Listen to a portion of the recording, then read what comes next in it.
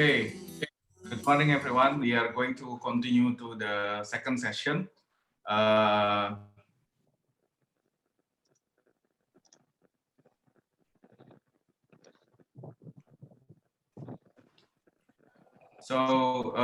are welcome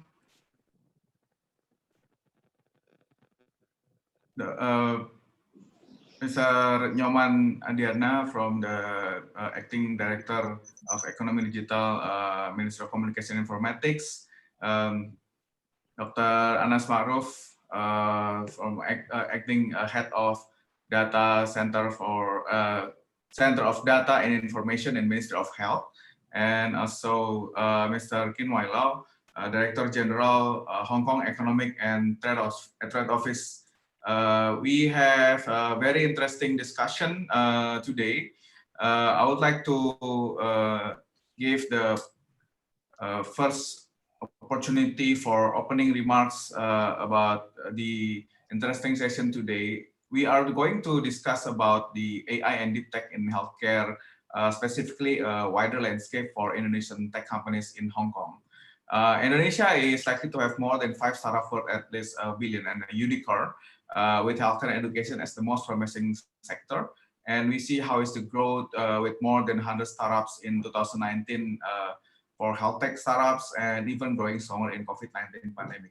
So to make this session not too long, please, Nyoman, Dr. Anas, you can give your opening remarks, and then we are going to continue with Mr. Kin Wai Lau from Hong Kong. Pak Nyoman.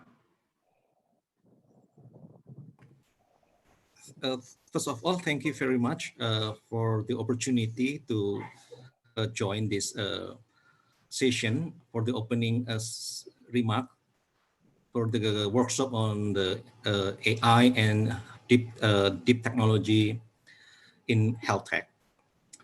On behalf of my ministry, that the role of AI is very important, actually, to help the transforming Indonesian digitally. AI is a part of the information technology, can contribute for helping the Indonesian people to use a better technology, the better application, and for better service in the health tech. This morning, we just received the presentation from the Minister of Research and Technology, how AI could help us, how AI could contribute to solve our problem during pandemic. AI is a part of the big data. So AI is a part, is related with also the implementation of big data. So the using of AI need the availability of the infrastructure related with the big data, availability of the connectivity or telecommunication infrastructure. That is the fundamental. Without that, we have limitation implementation of AI. So Indonesian government actually in the last few years have a rapid program to accelerate the development of infrastructure in the remote area. We want all the people from the, not only in urban, but in rural, in remote area can have the benefit of the AI. I think this is a program that we now working, and during pandemic, this is the best moment for us actually to accelerate the digital transformation in the society. So, and the Ministry of Communication, Information Technology also received the increased budget to accelerate the infrastructure development, which help digital transformation. I think I will not talk more. I think that's one key project that I would like to highlight in this session. Finally, I would like to thanks for all of you. So hope you have enjoyed the discussion, and hopefully from this session we can provide the many solution for the future of our health sectors. Thank you very much. Thank you, Pak Nyoman. It was quite short.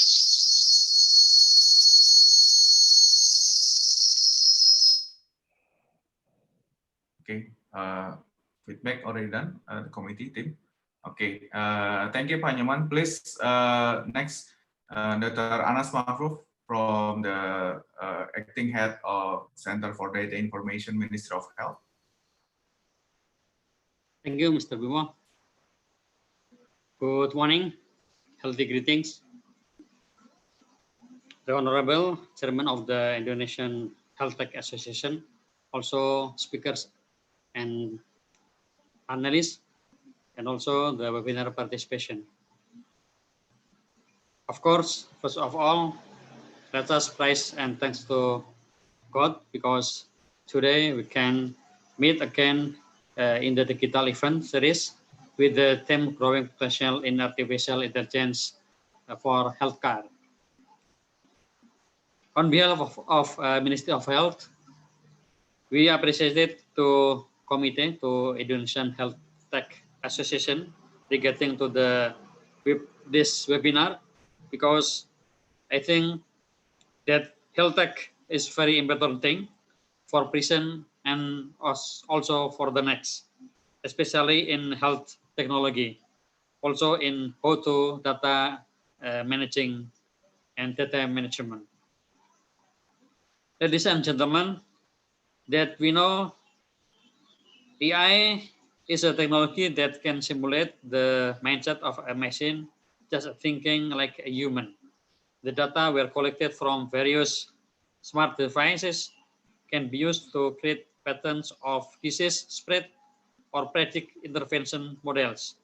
However, currently this data is still scattered across its service provider and has not been integrated in the national scope. Ladies and gentlemen, the webinar participants, the application of artificial intelligence or AI to the big data management approach will facilitate and accelerate to the decision making in the health sector. All health measurements that have been carried out by the help of Internet of Things devices can be entered into the database automatically and then processed quickly. Thus, the data holding entities can pull data from the system for analysis based on the insight that they want to obtain. And then we know we can also use the AI for improve the health tech, especially for health. You know that many technologies used by the health sectors like telemedicine. So the development of technology has brought all aspects of human life to a new level. The health sectors is of course inseparable from technological developments. Of course, the technological developments that are present should be adopted and utilized to improve health services and improve the degree of the public health. So we know that technology development that can be implemented as a technology that is efficient and more safe for society, because one of the state's resolutions in public health data and we must protect it. So in the end of the speech, we hope that ideas on innovation can be emerged in the meeting, in the webinar, and we have that can give beneficial or health development in realizing a healthy in Indonesia. Thank you very much for your contribution for health care, and hopefully that this webinar very useful for us. Thank you very much. Thank you, Dr. Anas Maruf. This is very, I mean, this is quite unique opportunity. We are going to discuss together about the health tech implementation. I think AI is quite new, and there is going to be a lot of things to learn. I mean, we are going to continue directly to Mr. Kin Wai Lau from as Director General of Hong Kong Economic and Trade Office. Just a brief curriculum vitae that. He is born in the mainland of China, University of Hong Kong, holds degree in actuarial science, joined the Hong Kong Civil Service in 2001, and there's a huge parts of working in Indonesia and in Southeast Asia.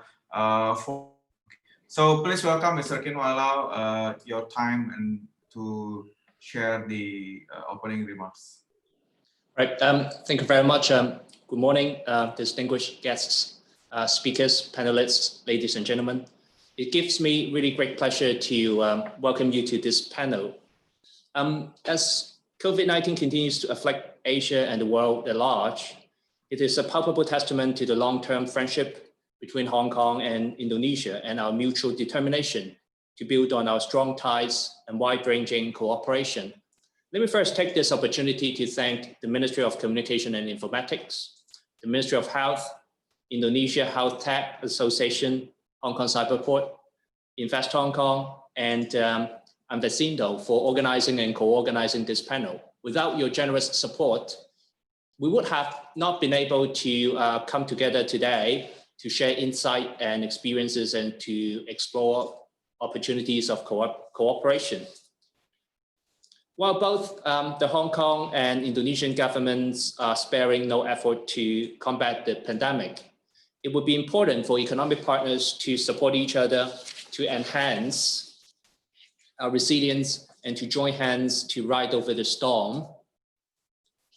In taming the virus or in achieving economic recovery, we cannot succeed without solidarity, cooperation, and multilateralism.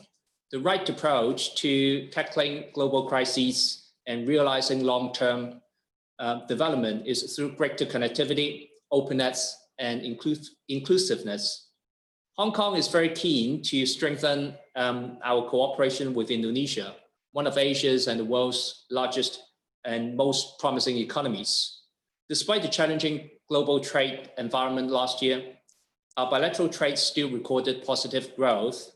Hong Kong last year was also the third largest source of foreign direct investment to Indonesia, amounting to nearly $3 billion and very encouraging 10% of Indonesia total FDI for the year.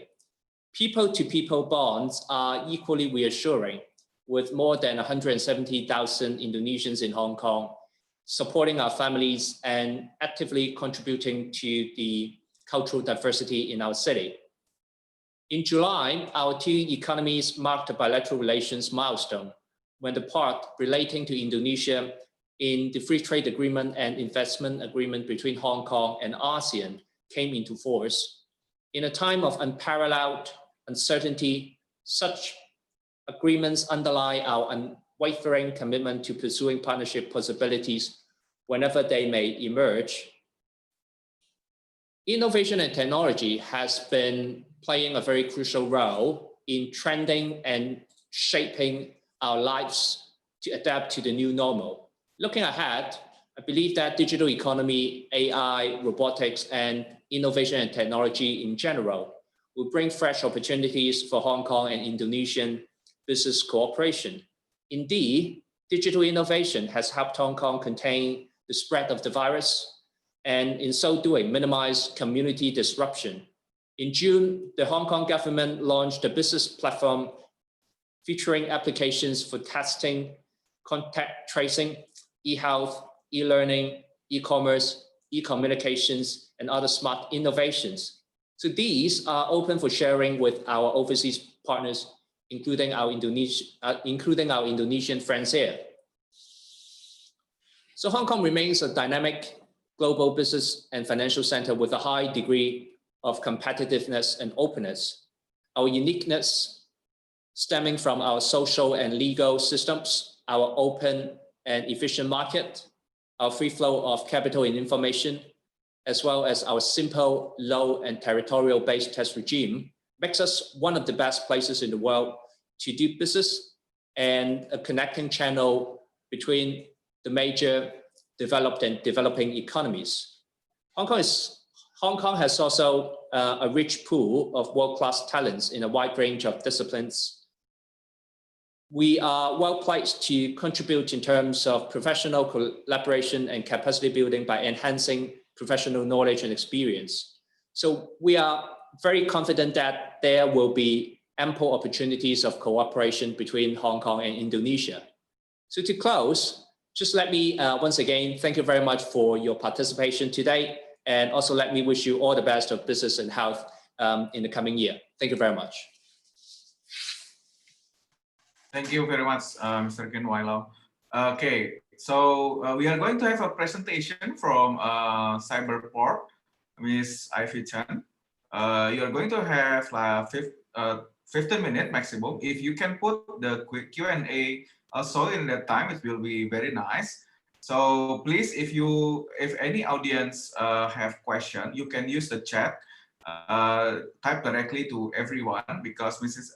Ivy Chen will stay just a bit after the session and not including the whole panel discussion. So please, if you have question about Cyberport, just ask directly in the chat box. So a brief about Ms. Ivy Chen. She is the head of ecosystem development in Hong Kong Cyberport Management.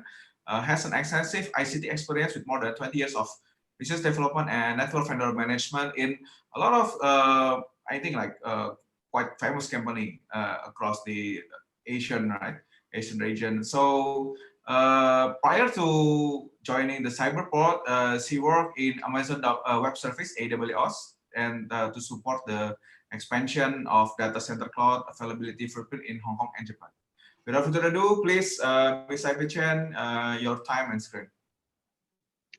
Thank you. Good morning and good afternoon, everyone.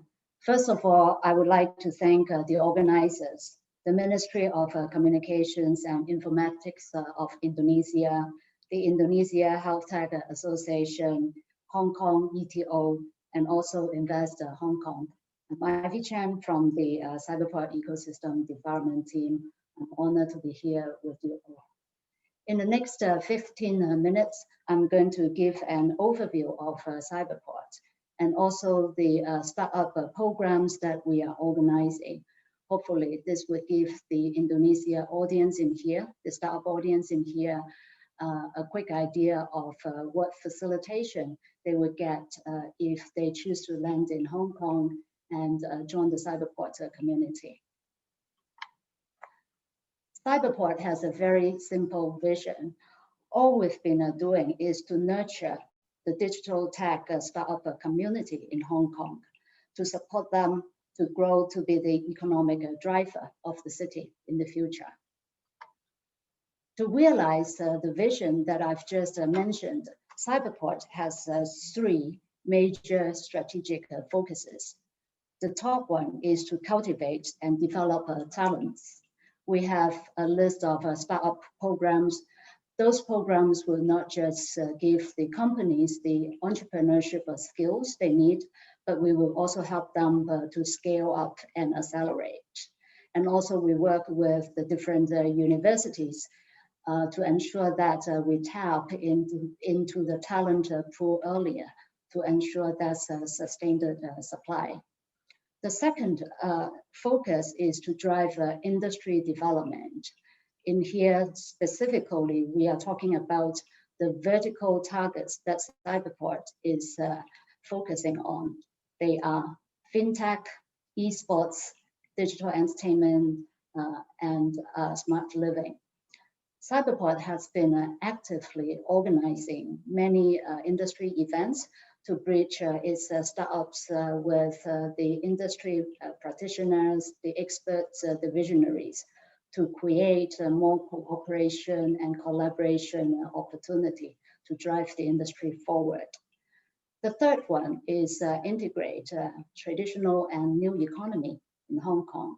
Cyberport has been positioning itself as the one-stop shopping point for the enterprise who wants to look for innovative solutions to support the digital transformation.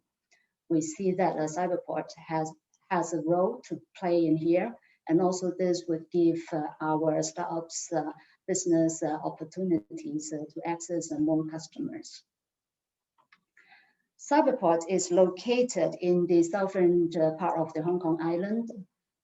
In our campus, we have 4 office towers. It's totaling about 1 million square feet of a grade A office space. We've also got a retail area, a shopping mall, and an arcade, and also a 5-star hotel with more than 100 hotel guest rooms. And we've got a waterfront park as well.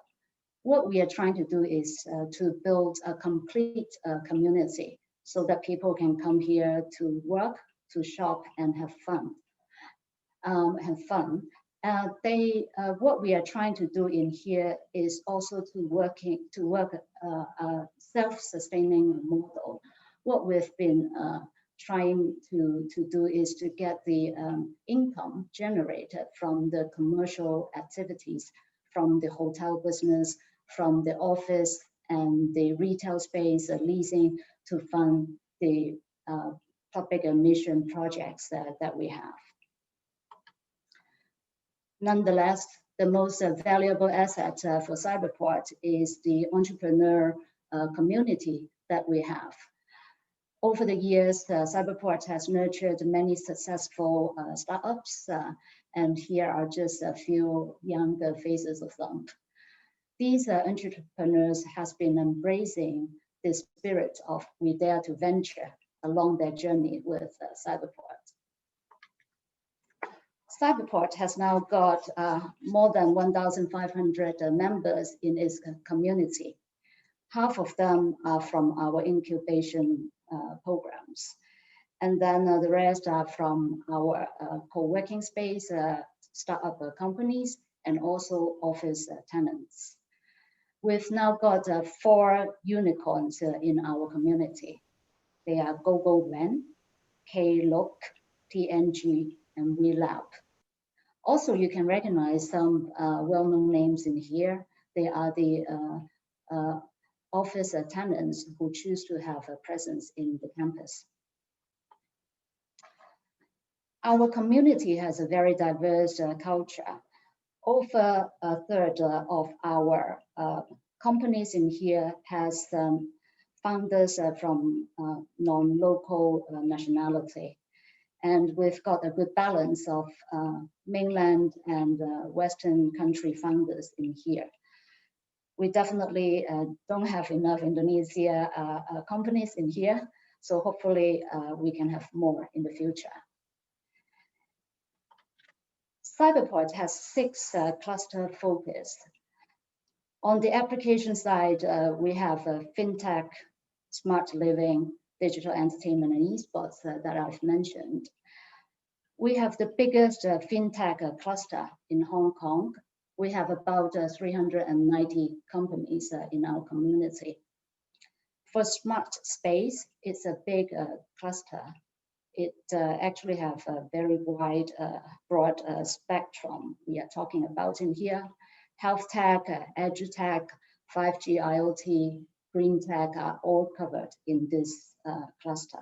We have about 700 companies in this one, smart living cluster, and it's the biggest one amongst the 6. Digital entertainment, esports is a unique cluster for us. The government in 2018 has allocated 100 million Hong Kong dollar to Cyberport to develop this industry. It's still a young industry, but what we are talking about here is not just esports, but it's a whole value chain from content development to hardware, software, and also the event management competitions. So it's the whole value chain that we want to encourage and develop. And this one also complement well with our youth work that Cyberport has been working with the universities and the secondary schools. We have also 3 technology clusters. These are the building blocks of the application clusters we have. They are the AI, big data, blockchain, and cybersecurity. Currently, we have the biggest cluster at AI, big data, with more than 100 companies in here. For blockchain and cybersecurity, they are still young and small cluster for us, but we think there's a good potential for growth for them. Cyberport is the powerhouse of fintech startup in Hong Kong, as I mentioned. We have about 2/3 of the fintech companies in Hong Kong. If not mistaken, Hong Kong has about 700 fintech companies. And we are really proud to say that the achievement from the fintech companies has been really make us very proud. In last year, the Hong Kong MA, the Monetary Authority, has issued a virtual banking license out of the 8 licensees. We have 2 Cyberport community in there. And then the Hong Kong Insurance Association also have issued 4 virtual insurance licensees. All 4 of them are coming from the Cyberport community as well. For smart living, as I mentioned, we've got a campus of retail space, a hotel, waterfront park. So we are able to give our startups all these different settings for them to test out their solutions. They can try out their solutions and also test them with real customers. For digital entertainment and esports, with use half of the funding allocated to us to convert our arcade into an esports venue. In July last year, we opened the arcade. In the event, we've got more than 700 attendees joining, with many digital entertainment icons, influencers, and also the celebrity gamers joining us. On this page, I want to introduce you all to the different startup programs that we have. Probably this is of most interest to the Indonesian startups in here. We have the university programs that I've mentioned, and also we have the for the seed funding program called the Creative Micro Fund. And then we have the incubation program. This is the core program for us. And each year we will take about 130 startups into the program. And we will have 3 cohorts. During the 2-year program, the startups will be given a free office space on top of the financial assistance that we are giving to them. Also, we have a program to support the incubators to join the accelerator programs of their choice. And also we have support for them to expand to overseas market. In total, Cyberport will give 1.1 million to the incubators who joined our community. And all of these would be on a grant basis. There won't be any equity to be taken from the community, from the company. Lastly, we have the Cyberport Macro Fund. This one is a co-investment fund. It will, the incubatees of our programs will have to find a lead investor, and then the macro fund will co-invest into the company. I have to say, so far we've been quite successful because each dollar of our macro fund, we've been able to generate about $6 or $7 investment from the lead investor to the company. Besides organizing all those startup programs, Cyberport has been actively leveraging its partnership ecosystem network to increase the success rate of its startups. Specifically, we have 3 groups of network that we've been actively cultivating. They are the enterprise network, the investor network, and also the technology partner network. We want to help our startup companies to fund business, to fund funding from the investors, and to get access to the latest technology to support their product development.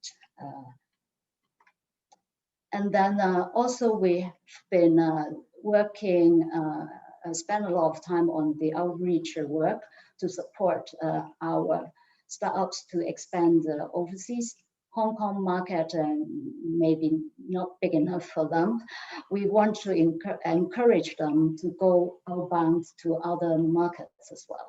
So far, with more than 100 incubatees expanding into more than 30 overseas markets.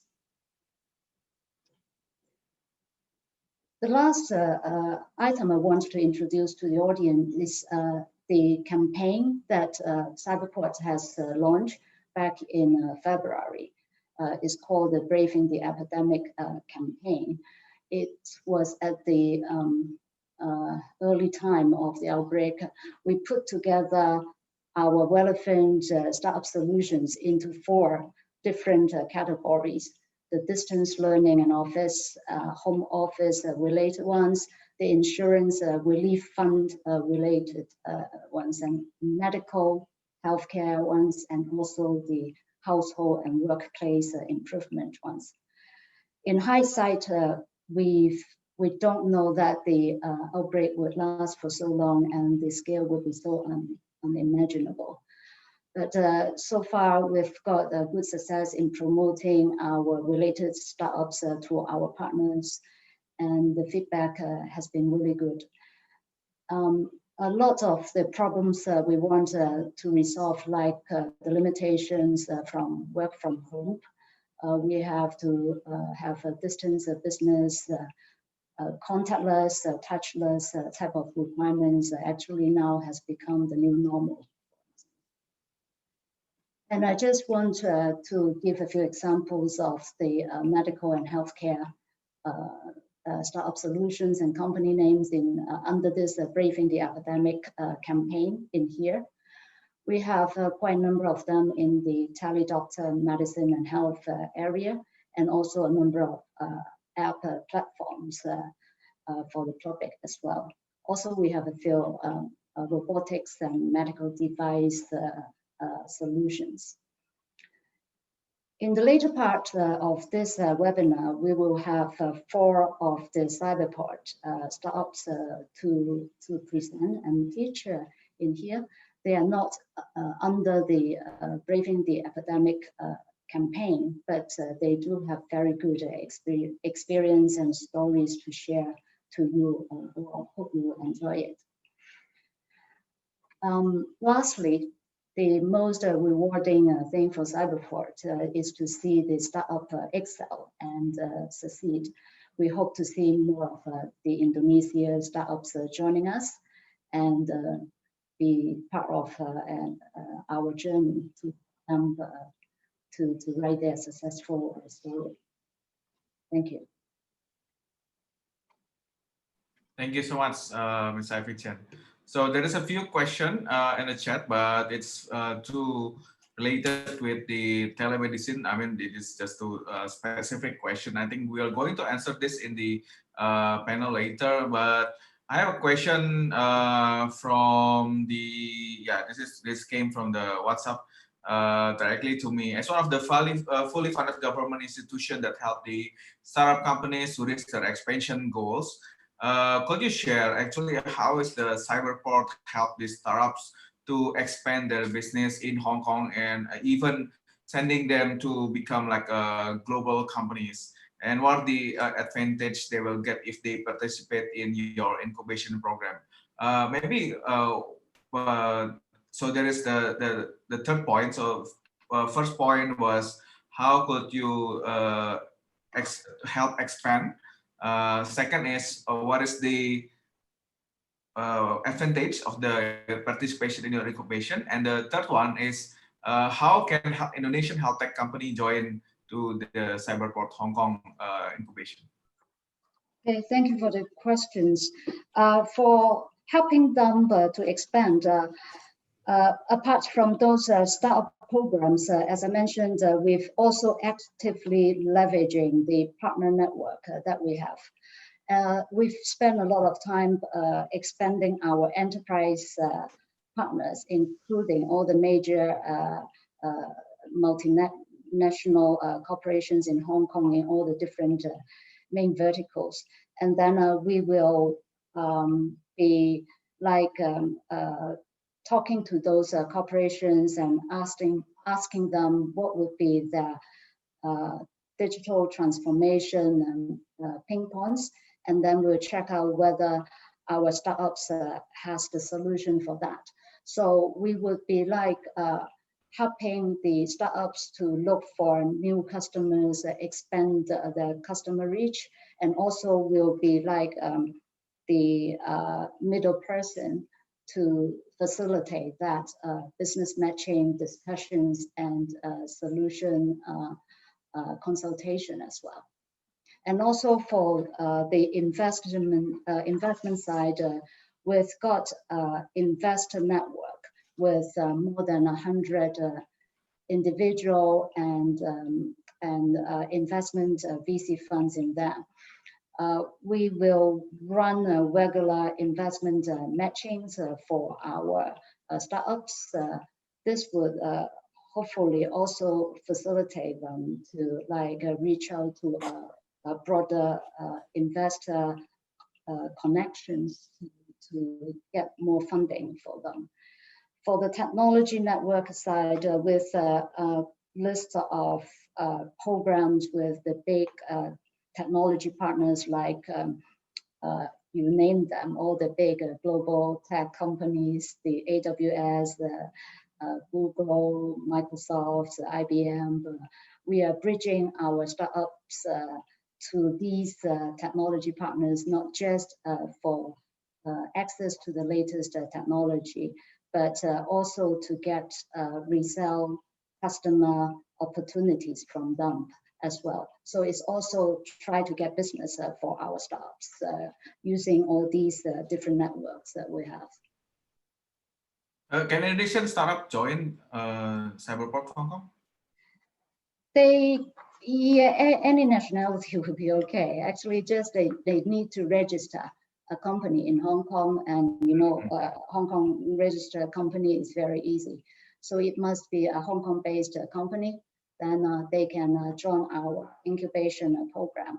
As I mentioned, each year we have 3 cohorts. So I think the next one will be in November, but they can just visit the Cyberport website, and they can see the Cyberport incubation program enrollment information and the eligibility criteria is in there as well. Okay, thank you, Mr. Vizen. So basically, we are going to see another batch intake in November, and hopefully we have like Indonesian startups brave enough to open a new market in Hong Kong, right? Although this pandemic, I think it's, yeah, opportunity is always there. We are just going to be brave enough to catch them. Thank you so much for your time, Ms. Ivy Chen. We are going to continue with the next discussion about, we are going to have a panel with 5 interesting person. First is Mr. Hilwan, you already here. Mr. Hilwan Yogi Brahmanda. He is a head of investment promotion of Invest Hong Kong in Jakarta's office. As head of investment promotion at the Hong Kong ETO, Jakarta overseeing Indonesia, Malaysia, Brunei, and the Philippines. His mission is to attract overseas companies to expand their business in or via Hong Kong by promoting Hong Kong as a pivotal company to expand Hong Kong as pivotal role as global platform, enabling companies to access the worldwide market and raise capital from Hong Kong advanced capital market. And I think this is really interesting because we understand that Hong Kong is a bit different than other Asian company. It's more like closer to Japan than the other Asian company. We are going to also have Dr. Leo Wong, Chief Scientific Officer of Elam Intelligence Limited. He is expert in the deep learning technology. Okay, so quite rare people and more demand in this data scientist. Dr. is also a chartered biologist and fellow of the Royal Society of Biology and a chartered scientist of the Science Council of UK. So he also have over 20 years of work experience with various highly respectable biotech and pharmaceutical companies, have been working or conducting research in Genentech and Amgen, and also, yeah, I think we know from medical side a few of this medicine like bevacizumab, femurafenib, and a lot of interesting work he has done. The second one, we are going to have I think he's the most handsome among us, Mr. Justin Chan, CEO and co-founder of Gens Technologies. He is also named in Forbes 30 under 30 this year, right? So Justin is the co-founder and CEO of Gens Technologies. It is a bioelectronic startup developing a low-cost and portable medical imaging device for diagnostic screening and home-based health monitoring. So this is the more like an IOMT kind of startup. Okay. From Indonesia, we have Dr. Niko Azari Hidayat, the founder of Vascular Indonesia. He is teaching in the he graduated from Udayana University, have a cardiothoracic and vascular surgery program in Erlangga University, fellow in vascular endovascular surgery in the Utrecht University Medisch Centrum in Utrecht, Netherlands, and also as a lecturer in the Erlangga University Hospital, and I believe he ran a 3 startup under the Vascular Indonesia umbrella, and also I think he also could share later about what is the advanced and multidisciplinary school, the new faculty open in University of Erlangga. So last one, Mr. Abraham Auzan is a co-founder and chief product officer at Sehati Telectg. It is a healthcare IoT startup too, providing eco-maternity healthcare in Indonesia. We call him usually Bram. So Mas Bram has always had a curious mind with problem solving, graduated from Monash University with bachelor in IT system and master in international business.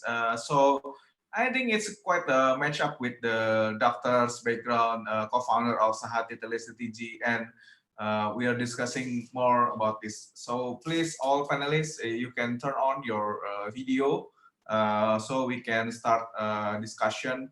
Would like to start that. Okay, we have time until let's say 12:25, so we have like 30 minutes. Hope that we are not going to be very fast. So as Indonesia have like 5 unicorn, we're growing of 100 health tech startups with the 7 categories from e-learning, e-commerce, information system, on-demand healthcare, media and community, teleconsultation, and also a growing numbers of AI, IoT, and genetic startups. We are seeing the collaboration to unlock and solve the key problems in Indonesia. We are doing this together as an ecosystem and seeing how working together with the regulator in harmony, like this one. Healthtech Indonesia provide the connection between regulators and also abroad organization with the Indonesian health tech startups. So business might have winner, but we cannot afford people losing in healthcare. So it means our strength is in inclusivity and collaboration. Okay, first question goes to Dr. Nico. How is it to develop the key strength of health tech startups that range widely from e-learning to AI genetics in Indonesia, and especially since you were from you still practice surgeon, Dr. Nico? You're Yes, still practicing surgeon, right? yes. So how is Unfortunately, it? yes. It's really interesting. Please share your insight about this. Yes, thank you, Dr. Gregorius Bimantoro, my colleagues in technology in Indonesia. Yes, I'm I'm now still acting as a surgeon, actually cardiothoracic and vascular surgeon, which is actually I open chest of patients. I also taken out veins or vascular, but in the same time, I also try to manage the price of technology in Indonesia, especially health tech. Yeah, since now I'm also by the command of the rector of University Airlangga. I'm now the head of Department of Engineering, School of Advanced Technology and Multidiscipline. The key indicator or a key point that we as a doctor in the medical aspect to develop this technology is since we are dealing directly with patients, we are having the passion and compassion to treat them the best way we can treat. So that's why injection or giving drugs pills alone is not enough.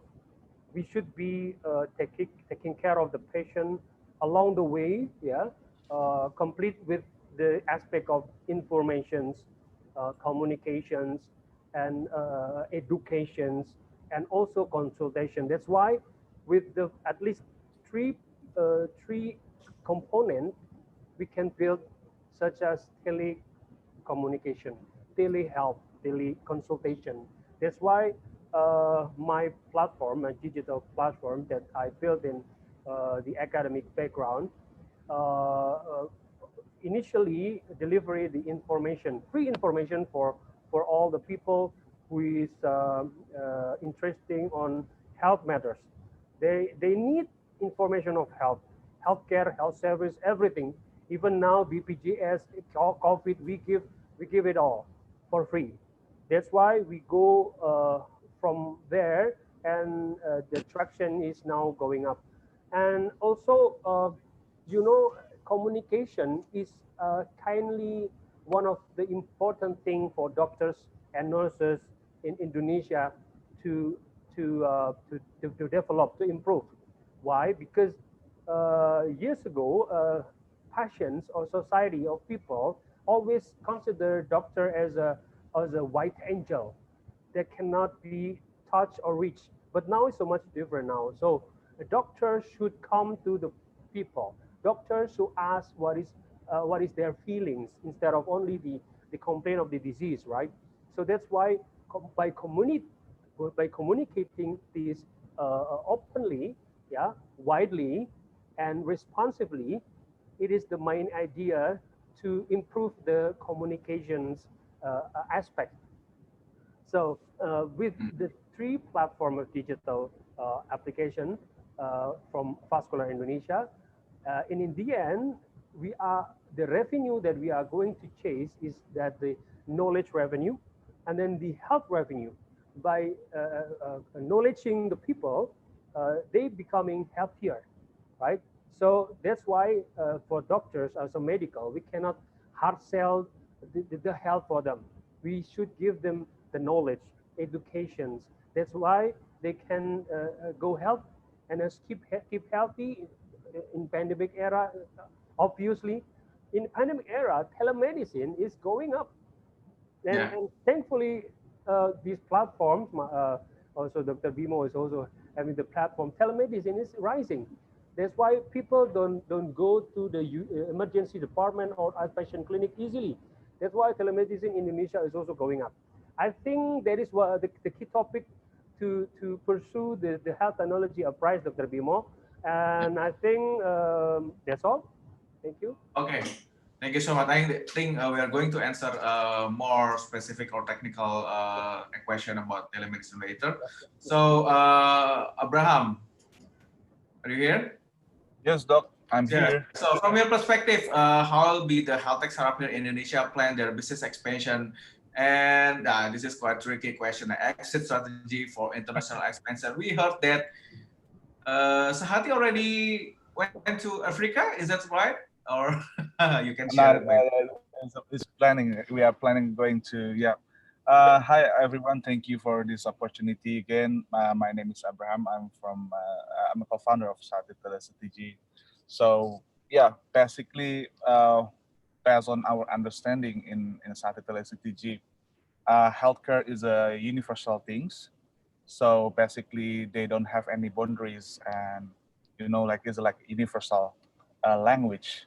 Even though in each country, they have like a different regulation and mechanism, but we believe the vision and mission and also the parameter of the healthcare is the same. And we want, as a medical technology company, we want to provide more access and quality healthcare for the society. That's the point, actually. In our case, in Sahatika CTG, we developed the platform and also the Internet of Medical Things called tele-CTG, the telecardiotography. Uh, we focus on the maternal healthcare, and we want to try to solve the problem where the high pregnant mortality rate and also the neonatal mortality rate is high, and it's not only happen in Indonesia, and it's also happen in most all developing countries, like in Indonesia, like in Southeast Asia, in Africa, and also in Latin America.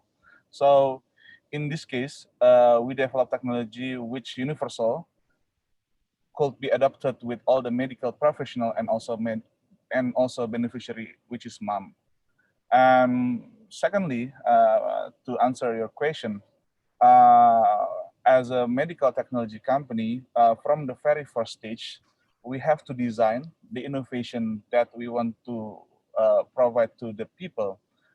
We have to consider the universal aspect of the product, including the global compliance and regulatory, like the healthcare data compliance, and also in medical IoT, we also have comply with the certain regulation based on the Ministry of Health, like the FDA, like a CE. So basically, as a medical technology company, we have to consider all the compliance and all the regulatory must be included in our plan.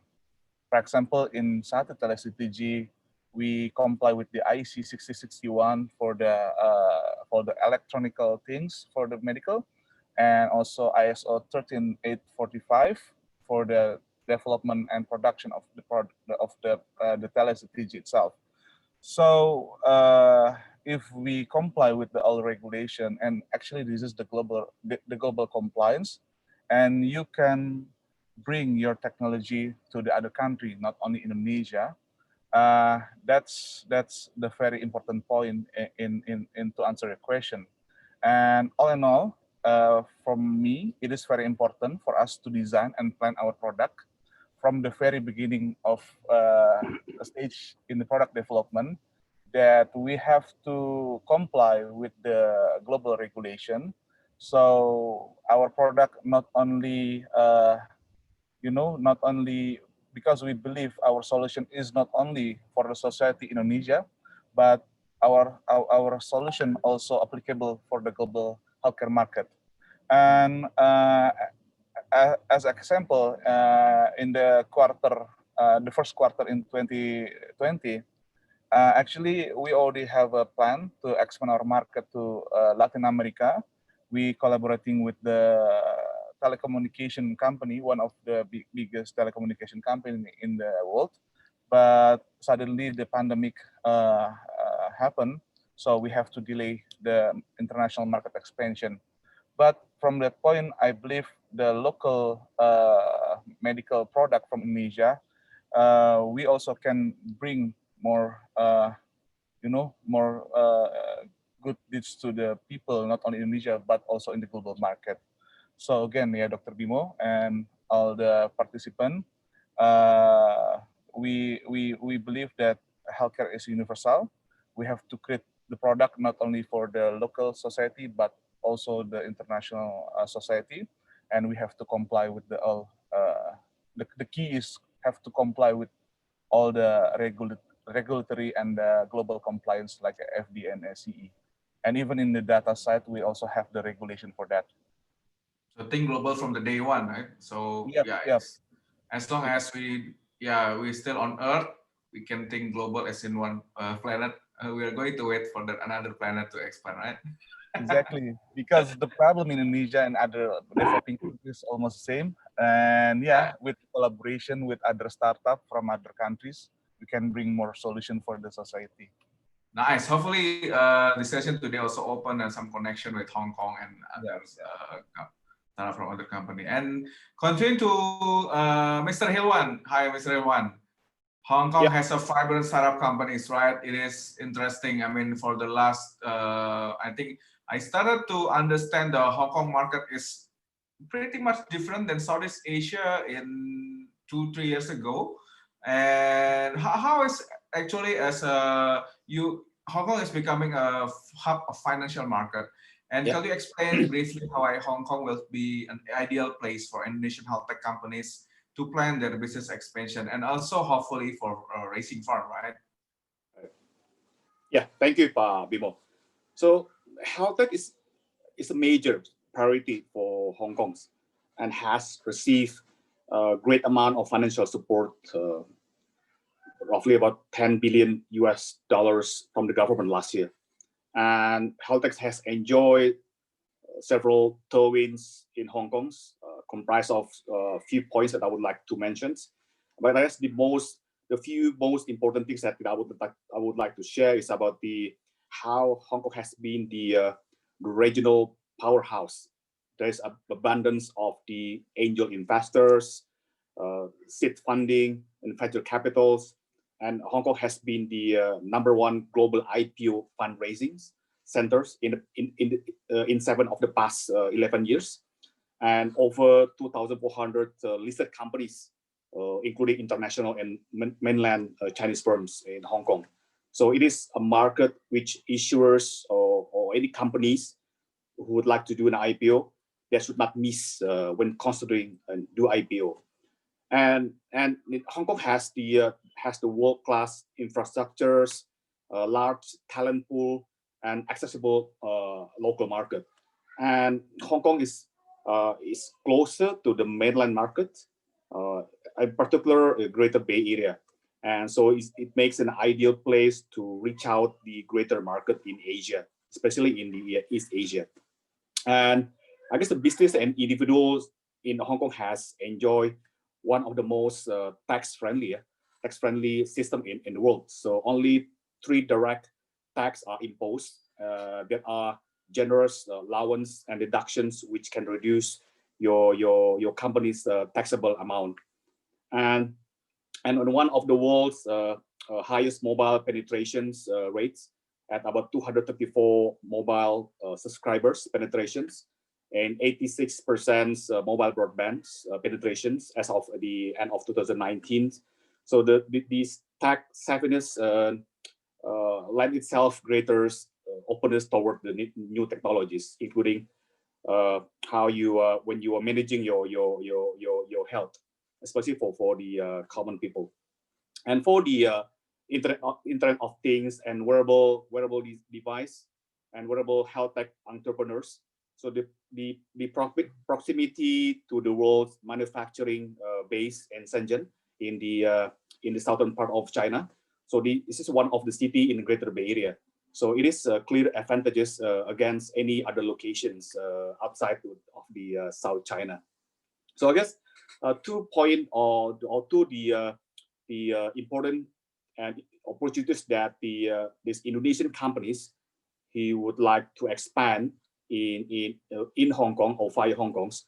So I would like to pinpoint two opportunities. So first is the IoT. So the IoT and all the wearable space is obvious. So given the proximity to the manufacturing base and in Shenzhen and in Greater Bay Area. Secondly, is the insurance-driven value propositions. In the last is the obvious winners. So the brand, the health tech is sometimes called the insurtech. So the health tech vendors could leverage on the insurers' desires to differentiate and the imperative or to innovate in the face of the rising costs of the healthcare. So in fact, the few multinationals insurance companies like AXA and the Swiss, so they have set up innovations team. It's more like an internal innovation team. So they set up the internal innovation team in Hong Kong, and they are working with the local startup to innovate and protect and the competitiveness of the company. So it is one of the opportunity for Indonesian companies especially if they would like to expand the business in Hong Kong. And I guess today Hong Kong has house of the more than over 3,000 startups, employing roughly about more than 12,000 people.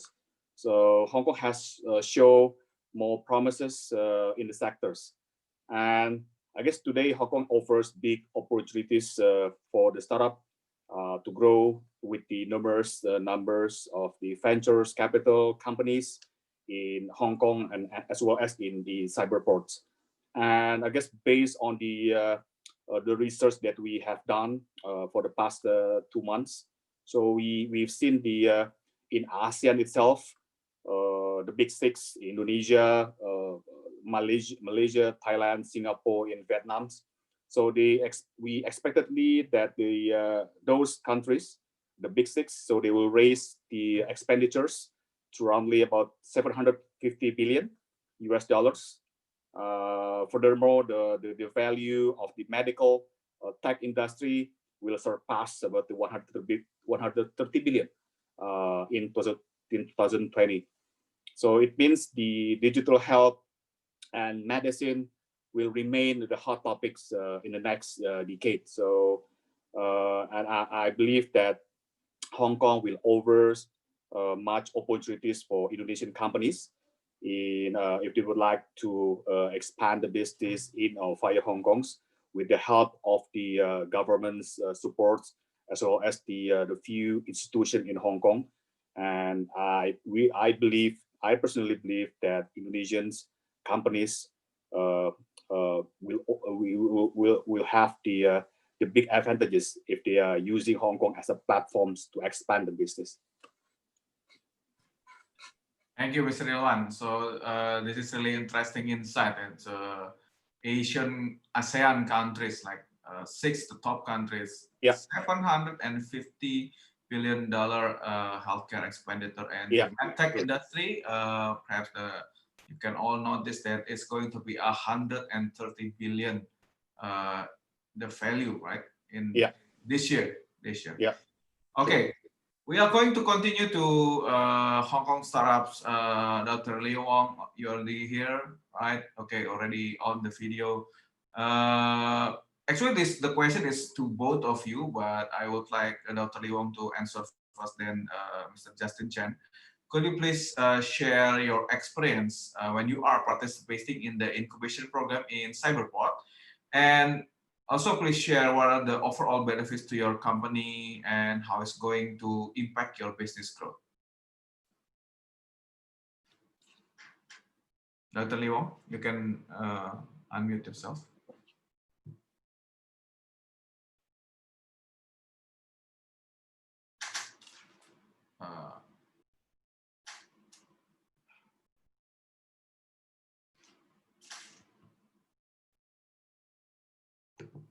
Perhaps I could go first, and then we can try to solve the issue in the meantime.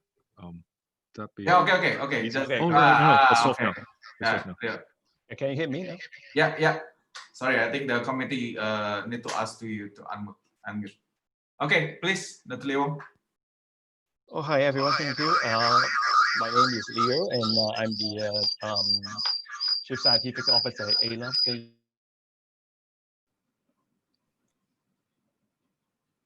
Hello. Hello, can you hear me now? Yes. Connection. Sorry, guys.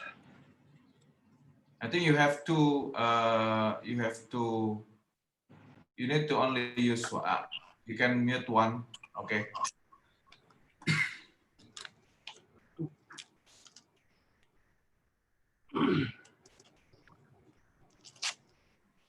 Or yeah, I'd happily go first if that would be helpful. Okay, Justin, please start from your side. Sure. Thank you very much, first of all, for inviting me, because the other day I was just talking to my friends that Indonesia is one of my favorite countries, and seeing so many Indonesian faces feels like I'm right out of Hong Kong, which is a very rare thing to happen. So thank you for inviting. So I'm Justin, and I'm the CEO of GENS Technologies. And if I could, I might share my screens a bit so that I could give a brief overview of what we do in GENS. With a minute of sort of presentation. So what we do is a portable and low-cost cross-sectional imaging for internal organs that you can monitor at home or in the hospital front line. And as you can see, those are the two devices that we have. The one on the left does the exact same thing on the right, just without the monitor. And then what we envision is we can put this at homes where we can monitor chronic patients. So if it's people with diabetes with an aging population inside the home, we can just do a quick scanning where you literally just have a band wearing around the place you want to scan. So if it's lungs, you wear around the chest. If it's liver, a bit lower, and it could be on your wrist and other places as well. And with that, we generate a medical imaging that is not very high resolution, but it's still enough for us to do a bit of diagnostic screening. And then there's a lot of indicators that we could track the health over time for the patient as well. So what we're envisioning is that there's a big trend in telemedicine, and then this could help solve a bit of medical personnel shortage for those sort of close monitor at home where they don't have to go to hospital all the time. So that's basically a brief introduction of what we're doing here. So going back to how Cyberport has helped us, and it has been a long journey, and then there are multiple benefits that we've gained from this. So there are three folds that I want to talk about. The first one is obviously the financial part, and then there's exposure, and then the network as well. So going back to what IT said earlier, we can claim up to 1.1 million Hong Kong dollars from Cyberport via various programs. But on top of that, being part of Cyberport incubation company, you're eligible for a lot more expenses that you can claim as well. For example, we're utilizing around 4 million of additional grants from the Hong Kong government for us to hire PhDs and researchers to work on our program and the device that we have. And on top of that, there's also some trial schemes in the public sector that we can use. So those are around 1 million Hong Kong dollars as well, where they would perhaps try to link up some sort of a public sector inside Hong Kong. So in our case, it could be universities or hospitals inside where you can trial your products. And the government is sponsoring a bit of that money as well. And obviously there are different things that we're using inside of Cyberport. The grant funding are quite flexible as well. And there are plenty that we can explore with different government departments from the innovation side and technology side of things. So that's the first part. The funding part is more than just 1.1 million that I just mentioned. And the second part is the network and exposure as well. So Cyberport has constantly exposed us into different media. So we have done interviews with TV channels inside Hong Kong, a lot of newspaper communication as well. And they also link us up with different agencies and associations inside the medical industry. So if they have researchers coming in, if they have doctors, if they have hospital executives coming in, they would arrange workshops for us to go in and explore what synergies we could provide as well. So all in all, those are really, really valuable experience and network for us to expand into and take advantage of it. And they also have a dedicated team, the ecosystem team, that study the startup that we have and specifically create opportunity for us in this. So one other thing that I could share to wrap up is Gens Technologies is participating in a COVID-related trial scheme where we are helping the government trial devices where we can monitor lung functions of patients and recover patients remotely so that they can do it at home without using hospital resources. So they play a part in leading to that trial as well. And so it's very up to date and it's very responsive in terms of the support that we're enjoying from Cyberport. Yeah, thank you. Nice. Okay, so that's answer why your device is like around the chest, and so right now it's used to measure lung function, right, for the COVID-19 also. So several things. It depends on where you wear it. If it's around the chest, you're looking at lungs and hearts. If it's lower, we can look at liver. So it's a different places as well. Okay, thank you. Dr. Lee Wong, you ready? Yes, I'm here. Can you hear me now? Okay, it's fine. Using your phone is good. I'm sorry about that. Please share about the LM intelligence and how is you benefiting from the Cyberport, Hong Kong Cyberport. All right. Thank you, everyone. A.I Intelligence is an AI and big data analytical company. It's known for a solution that translate business needs into a data science process and embed deep learning capacity for practical use. So we are established by experienced professionals from such as AI, data science, biomedical science, and finance. And we are also the pioneer for implementing deep learning technology in Hong Kong. So, and our models are developed specifically for multi-dimensional analysis of complex data. And and our solution include but not limited to deep learning, machine learning, custom AI tool, classification tools, image, voice, text, analyticals, predictive analytics, and biomedical and financial tools. So we already built a very well-established platform so that we can fit any kind of data from a database, open database, no matter big data or, and then we build the software based on deep learning predictive model, which is like currently developed to aid doctor to diagnostic reproductive medical disorder based on clinical data of patients in China and Hong Kong. About like how Cyberport can supporting us. So we start our incubation program last year in 2019 June. So we are starting from scratch, and we receive an initial working capital grant from Cyberport, which helped us a lot in on operating daily expenses. Moreover, the expense resources such as the rental-free office space, business matching opportunities, investment connections, talent recruitment, and networking opportunity really help us to accelerate the growth of our company. And I think on top of the Cyberport incubation program, Cyberport provides a comprehensive platform to foster successful digital health tech entrepreneurs. So we'll continue seeking like financial assistance from Cyberport, for example, the Cyberport macro fund when the right time comes in. So it's talking about the pandemic the situation now. I mean, some industry and services are forced to shut down. Companies in the health tech sector push to work even harder, innovate faster, collaborate, and be resilient and unprecedented place. So, I mean, some health tech company may find it difficult to continue to support courses if capital becomes a constraint and product launches are delayed due to the pandemic solutions. But in contrast, I mean, the pandemic has helped highlight the importance of health technology, especially in Hong Kong, which is like certainly front and center economically, politically, and socially. So I think that the outbreak has brought the opportunity and the challenge for business. For example, like virtual health, other digital health technology have become more integrated into life work culture. and many healthcare organizations have developed their own like internal investment strategies. So in addition, I mean, many industry experts like in health tech, they probably become more like permanent part of a healthcare delivery because it enables more effective use of resources and minimize exposure to diseases of both like patient and caregiver. And yeah, now business model and strategy pointed to a trend of a collaboration and partnerships.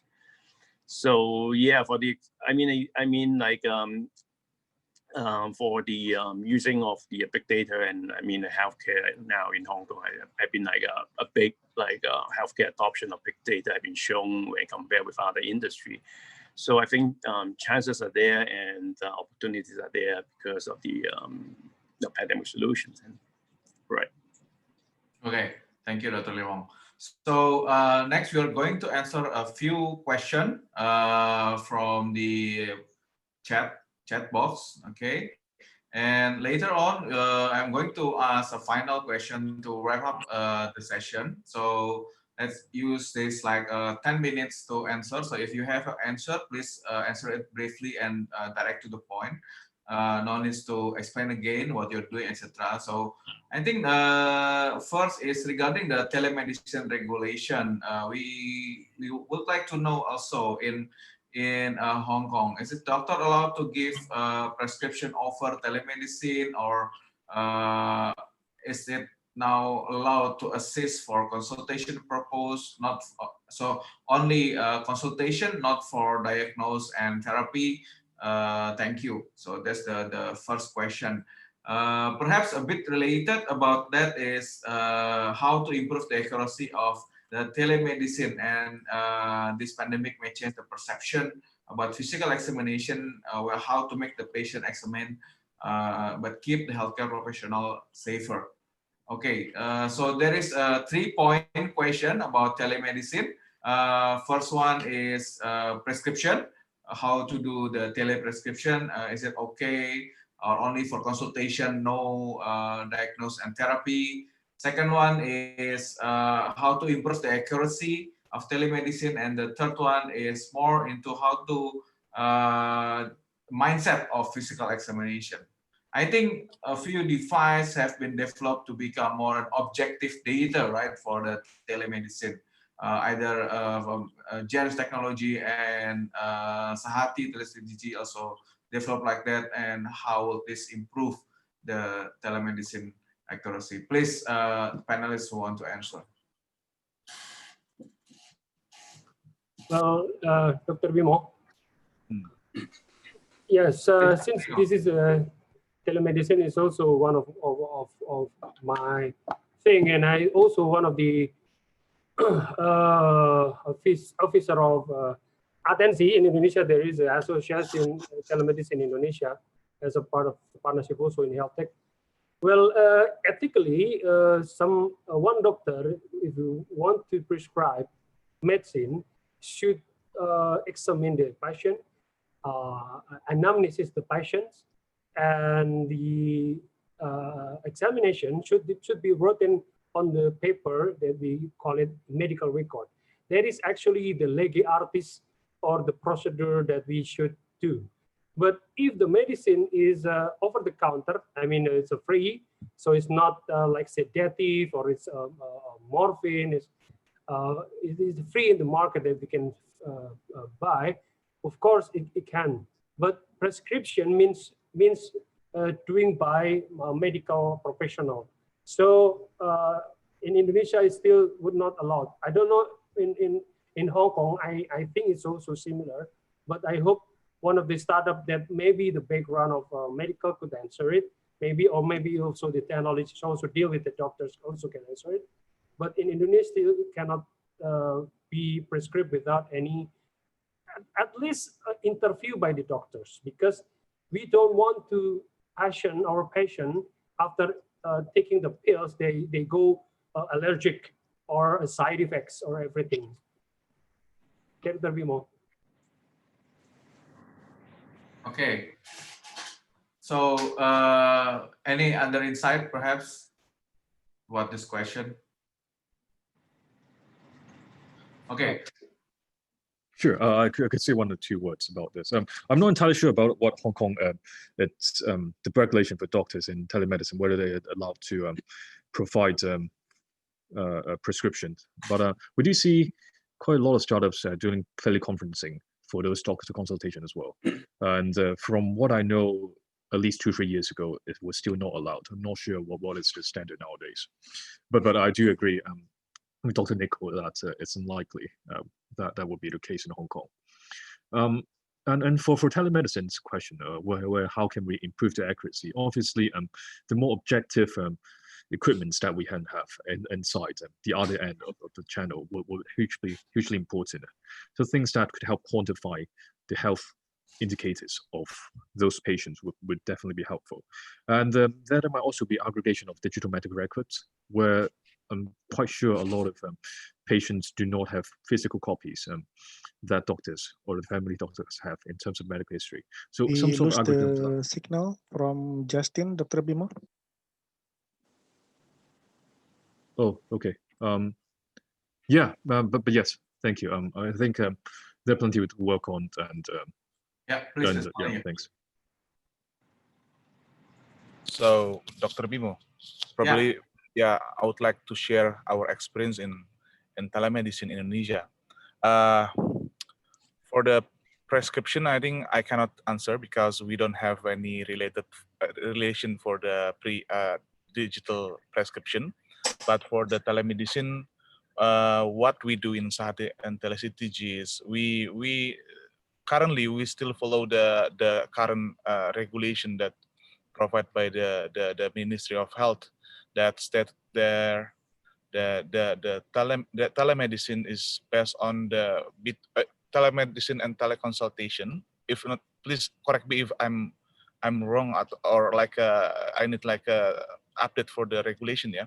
But based on the current regulation, we still follow the teleconsultation, only allow for consultation between the what is called the medical practitioner between the healthcare facility. So basically what we do in Sate TeleCTG is we provide the teleconsultation for the midwife in the community healthcare center in Puskesmas to the OBGYN doctor in the vertical hospital or like a RSUD in Indonesia. So basically what we do in Sate TeleCTG, we do the teleconsultation and telemedicine for the between the medical practitioner to the medical practitioner among the healthcare facility. So basically, the patient is still the patient of the midwife, and the consultation that we provide is between the midwife in Puskesmas and OB/GYN doctor in the RSUD. So yes, basically, this is a facility to facility, right? Yeah, facility to facility. Actually, that's what we did in Sate TeleCTG. Yeah. Yeah. And the second question regarding the what's called increasing the accuracy. Yes, agree. That's also what we do in Sate TeleCTG. At the first stage, we want to provide the better access of healthcare first, because in Indonesia, as we know, like we have like a treaty area, or like a area that doesn't have, for example, like internet access on everything. So we at first stage we want to open up the access first. After that, we focus on how we increase the accuracy of the sensor and everything, based on our expertise in company. I think that's our answer. Yeah. Okay. Thank you. There is an interesting share from Dr. Lee Wong. Actually, Dr. Leonard, can you share the slide? I think this is quite interesting. I mean, this is heavily related to what we are talking about, AI and deep tech in healthcare. And just hearing Dr. Lee Wong already online again. You can share your video. And what is about LLM intelligence? I think we need to understand more about this since this is the topic of our discussion. Right. Thank you. But like, I cannot control the PowerPoint at this moment. Yeah, so you can just say next. This is the most advanced remote control voice control, right? Using under I will help Dr. Leo. It's okay. So right, so intelligence. Well, so we apply like deep learning technology to open more possibilities for all business. So we are focusing on two sectors like biomedical and financial, but like today we're talking about more into biomedical. So yeah, so this is what we talked about in the beginning. We are big data, AI, analytical company, so we look for different solutions. So we have like a different solution for a different sector, but like for biomedical, we can like make use of the big data to give different company or industry for the inferences that they can discover by like you saying like recognition, like classification and things like that. So yeah, I mean with big data, I mean like we can give a lot of different kind of solution by deep learning. So no matter what like clinical data it is, we can still give a different solution for the better use. So we have a very well established platform. So integrate by the data deep learning based analytical platform. So we can use as a blueprint architect and expand it to other fields such as like EEG, for instance, we are doing it, and we have helping a different institution looking at the different like analytical solution, application, recommendation, or even visualization. So yeah, so this is what we do for health tech, or even more further in other industry though. Yeah. Okay. Thank you. Is that all? Slide, Dr. Yenor, already?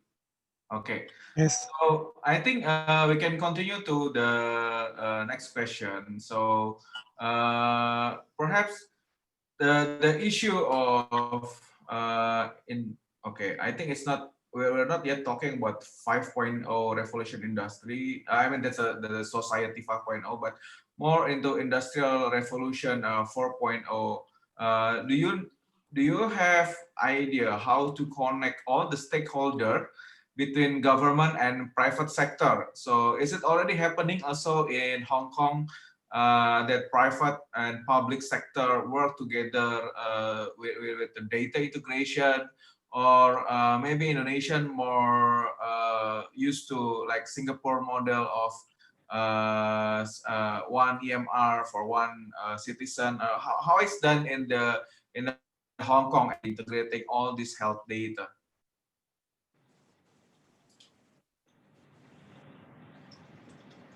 Dr. Leo, perhaps you know about this, how to integrate the health data within ecosystem, within private and public sector. Right. Well, we just integrate like different like data like by architecture that we discover and develop like based on MATLAB software that we're using. So it depends on like what kind of data, and then we put it into our like software to do like building models, and then like we have like domain expertise of helping us. So say doctors, they have their own expertise. We can collaborate, talk together to fix that problem then. Okay, thank you. So I think we are near to the 12:40 in Jakarta time and 1:40 in Hong Kong time. Perhaps some of us already need to have lunch after this. Okay, so we are going to wrap up the session. The last question, please, Mr. Hilwan, you can also answer this. Dr. Nico, Abraham, Dr. Liu Wong, and Justin Chen. So how is the impact of the current pandemic to the health tech company in both Indonesia and in Hong Kong? And how will there be any impacts to the current business model? Are you changing that? Are you shifting to the different business model, or the current business model is just working fine? What strategy to, I don't think it's only maintain, not surviving, but to thrive in this pandemic? And please let it like 1-2 minutes as your closing statement too, while answering this question. Dr. Nico, you already here? Yeah. Yeah. See, so. Yeah. Okay. Yeah, well, I'm just gonna have to wrap it. But actually, telemedicine, yeah, one of the health technology that actually uprise in this pandemic, since people don't go crowd, people don't go to outpatient clinic and emergency easily. They prevent to go to the hospital. Telemedicine is actually a price. So if we are the medical or technologists that develop technology, I mean health technology, telemedicine is actually one of the key brand that uprise, in fact, rather than the other technology that contact with patients and crowds and everything. So I'm not changing my strategy. In fact, I have to getting more empower the telemedicine aspect on the platform. Thank you. Okay, thank you. Okay. Abraham, how about your side? Initially, started TeleCTG, we focus on the rural and also in the remote area because You're going to city right now, right? because of the like the access of healthcare in the remote area. But in this pandemic, the pregnant mom that doesn't have access not only in the remote area but also in the big cities like Jakarta, like even like a pregnant mom is very difficult to go to the hospital, or even it's very like dangerous for them to connect to go to the puskesmas. So basically it's shifting us from the like it bring new market for us from the remote area to the cities. And I believe that all people in like in Indonesia need like like a better quality of healthcare by like a better access of healthcare through the telemedicine. Yeah. Thank you. Yeah. So, and there is a bonus. I heard about 500,000 pandemic pregnancy. Yes, that's Not doing nothing, right? Okay. Justin, how about your side? How this Yeah. going? Thanks. I'm sure we see a theme by now. Telemedicine is, of course, the direction that we're seeing, and with the virtue of what we do, we originally have an equal focus in hospital and home-based monitoring, but right now, seeing it becomes more of a convenience and a necessity, we're putting more and more focus on the home monitoring side. So that would be what I might add from our side. Okay, thank you, Dr. Leo Wong. Yeah, quite yeah. So I really patient for that, and then I think like for healthcare adoption of big data has been been slow when compared with other industry, but like right now it is like predicted to be used right practically in the following like aspect, like drug discovery, like designed to determine like potential drug candidate, clinical trials for real-time monitoring, EHR to discover trends, and yeah, I mean all these like healthcare intelligence, they try to track like patient statistic and vital signs, hospital like healthcare system to better predict healthcare outcomes and design like treatment protocols. They are all these, I mean like what we can think about in the future and what our company are focused in. And other critical like crucial like components will continue to play, I think, in a very significant part in the game, like such as like pre-pregnancy tag to assist couple to conserve patient prediction at hospital for improved staffing, telemedicine, for instance, and predicting like whether specific condition is likely to develop in the future. So I think, yeah, this is what the trend, I think, what we can do in Hong Kong or even in China in the upcoming future then. Yeah, thank you, Lewong. Perhaps, Mr. Rilwan, you have another closing statement about the Hong Kong-Indonesia relationship after this? Yeah, of course, the COVID-19 has impacted the global economy, right? So I guess across the world, Asia, Southeast Asia, Hong Kong are not immune by the global recession as well. And we've seen the measures imposed by the government, like social distancing, physical distancing, and the people do things remotely. So of course, it will create new opportunities as well. And I guess we have seen for the past 6 months, few sectors like e-commerce, education technologies, and health technologies have thriving again for the past 6 months. And we also have spoken with our counterparts, some VCs, venture capitals. They will look more favorably in the several sectors like fintechs, health techs, e-commerce, and education technologies. And those sectors have shown resilience in the business. So I believe it will those four sectors will thrive in the futures, and I believe Southeast Asia and Hong Kong as well will have more fruitful. I mean, in those sectors in the next 2 or 5 years. Okay, thank you so much, Mr. Hilwan. So I think this is very interesting session, a panel discussion that, yeah, quite challenging actually for us to work together in this global pandemic. But there is an opportunity in healthcare, and we are seeing a great surge even in the number of startups and new solutions built. Please, you can leave this room after this, take a break, take your lunch, and you can get back here again to see the 6 startups from Indonesia pitching. There's Brave Healthcare, Medina, Gigi.id, Gigi means States, Pharmacy from Pharmacy.id, Alina Med, and wait, I think I forgot the last one.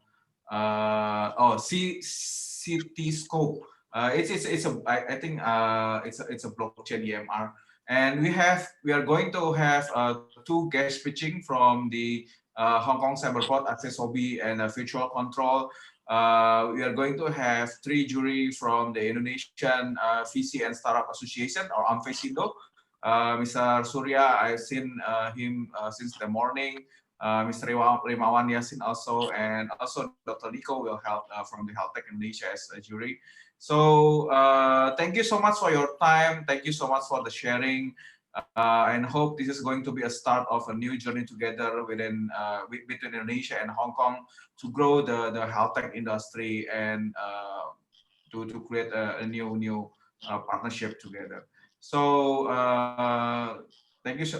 You can either stay or leave, but you can get back to this meeting room again at 1:45 p.m. in Jakarta time, or 2:45 p.m. Hong Kong time. Okay, all these sessions are recorded, and you can check it on our YouTube channel in Healthtech Indonesia. Thank you so much. Maybe take pictures, Dr. Bimo. Thank you. Yes. Okay. Great. Please help us take picture, Dr. Anwar. Okay, so participant who would like to join the photo session, can you please activate your video? Oh, Oscar is still here. Dr. Oscar is still also here. Dr. Anas Maruf is still here. Oh, so many people. Thank you so much. You are staying and hearing all the sharing. I hope this will be helpful for everyone. Okay, we will take the pictures.